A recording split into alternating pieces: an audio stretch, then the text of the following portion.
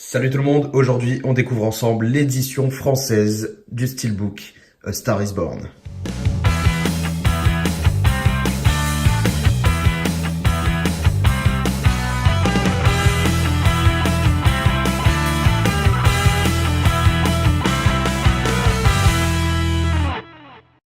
J'ai été voir au cinéma 2 fois ce film, tellement je me suis pris une claque. J'ai été le voir une première fois tout seul parce que j'ai eu un petit créneau après le boulot et je me suis pris une claque phénoménale, si bien qu'en rentrant j'ai dit à ma femme: tu ne peux pas attendre que je l'ai en Blu-ray, il faut que tu le vives, il faut que tu voies ce film au cinéma.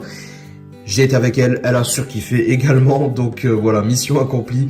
Ce film a été une vraie claque, je l'ai déjà dit.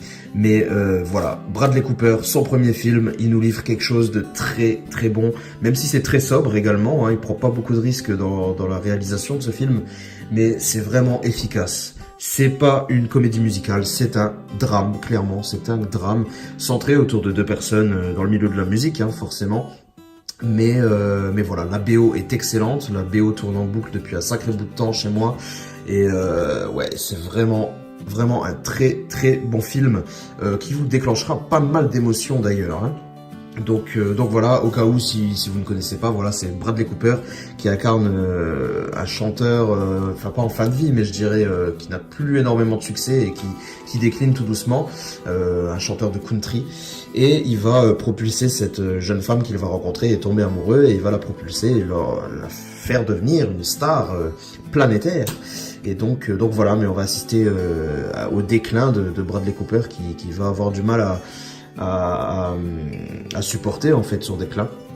Donc voilà, mais c'est un film vraiment très très bon. Si jamais vous n'avez pas été le voir, je vous conseille fortement d'acheter ce film et de le regarder. C'est vraiment quelque chose d'extra. Donc la Fnac nous propose une édition, enfin c'est pas la Fnac, c'est d'ailleurs une édition française, hein, qu'on peut retrouver un petit peu partout. Et en France apparemment nous avons une petite exclusivité, si Steelbook Pro a raison. Visiblement l'édition française serait entièrement glossy, alors que dans le reste du monde apparemment l'édition serait simplement spot gloss, donc je suppose sur la guitare, etc. Mais nous avons bien un ensemble entièrement verni. Regardez-moi cette jolie finition avec ce choix de première face. Écoutez, c'est pas moche, mais je m'attendais quand même à mieux, parce que rien que l'affiche du film, ça aurait été tellement mieux quand il y avait les précommandes et qu'on avait simplement la version provisoire du Steelbook qui reprenait l'affiche du film. C'était beaucoup plus à mon goût. Alors je suis un petit peu déçu, mais ça va. Ça va. C'est pas non plus la cata, c'est quand même sympa. En plus, on a une finition vernie, de jolis reflets métalliques dans la guitare, avec au centre nos 2 personnages en train de chanter sur la fameuse chanson Shallow. On a le titre qui est entièrement doré, avec quand même le nom des acteurs sur le côté. Comme vous pouvez le voir en bonus, j'ai le droit à un petit POC, hein, chez la Fnac. Ça commence à m'énerver. Je compte plus les réceptions qui sont gâchées par des défauts. Malheureusement, c'est comme ça. Alors écoutez, cette première face, moi je la trouve, comme je vous l'ai dit, assez sympa, mais il y avait clairement mieux à faire. Dites-moi si vous partagez mon avis. Sur la tranche, on reprend encore une fois l'écriture dorée pour le titre et les quelques logos habituels. Sur la face arrière, alors là je trouve ça simple, même trop simple. Alors on a toujours ce noir qui n'est pas extrêmement profond non plus, hein. Je l'ai pas précisé, mais ça tire un peu au gris. Ouais, ça aurait été sympa d'avoir une petite couche de peinture en plus pour avoir un noir un peu plus profond, mais voilà. Après, simplement cette étoile qui reprend un code couleur doré avec juste un micro au milieu. Ouais, écoutez, c'est sympa, mais c'est pas ouf quoi. Ça fait un petit peu vide, je trouve. C'est un petit peu dommage. Voici la vue extérieure, donc au moins on a le même noir au recto, au verso et sur la tranche. C'est pas trop mal. Heureusement, le vernis est là pour rehausser un peu le tout. Je me demande ce que ça donne en spot gloss, parce que j'aime bien les Steelbook aussi quand ils sont spot gloss. Je trouve que justement ça fait bien ressortir. Peut-être que Star is Born serait plus beau en spot gloss. Ça c'est peut-être mon avis perso. Mais si l'étoile est spot gloss ainsi que la guitare, et que le reste est mat, ça peut être peut-être sympa. Je sais pas, j'attends de voir des vidéos de l'édition internationale. Si c'est bien le cas, encore une fois, hein, c'est ce que Steelbook Pro avait annoncé sur son blog, mais je n'ai pas pu vérifier. Alors j'ai juste oublié de vous présenter les caractéristiques de l'audio. Alors en fait c'est un peu particulier sur ce film. On a du Dolby Atmos True HD pour du français, pour la VF. Nous avons également du DTS HD Master Audio 5.1 en anglais ou en français. mais nous avons également du Dolby Atmos, Dolby Digital Plus en anglais.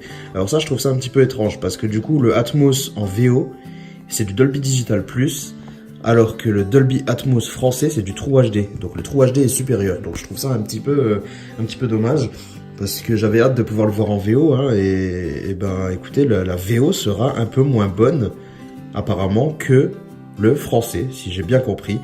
Ouais, le Atmos, le True HD Atmos est quand même supérieur à du Atmos Dolby Digital. Je crois pas que je me trompe, hein. N'hésitez pas à me corriger.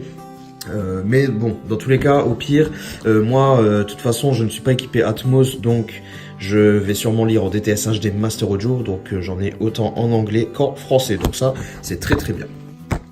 Alors ensuite, à l'intérieur, on retrouve simplement le Blu-ray. Alors ça, j'ai pas trop compris, regardez voir. On a le Blu-ray simplement parce que le Steelbook n'est pas disponible en 4K. Et pourtant, à l'intérieur, on a un double foyer pour accueillir 2 disques. Donc ça, j'ai pas trop compris. Il n'y a pas d'édition 4K dispo. Alors pourquoi ils nous ont mis un double foyer, je n'ai pas compris. Ou alors c'est parce que ceux qui veulent acheter le 4K, comme moi, vont devoir acheter une édition 4K. C'est peut-être pour ça qu'au final, ils vous laissent le logement pour mettre le 4K à l'intérieur. Mais je trouve ça un petit peu nul. Je sais pas, c'est bizarre. Donc la sérigraphie, je voulais pas détailler, mais de toute façon, à part l'étoile, il n'y a rien de particulier à noter.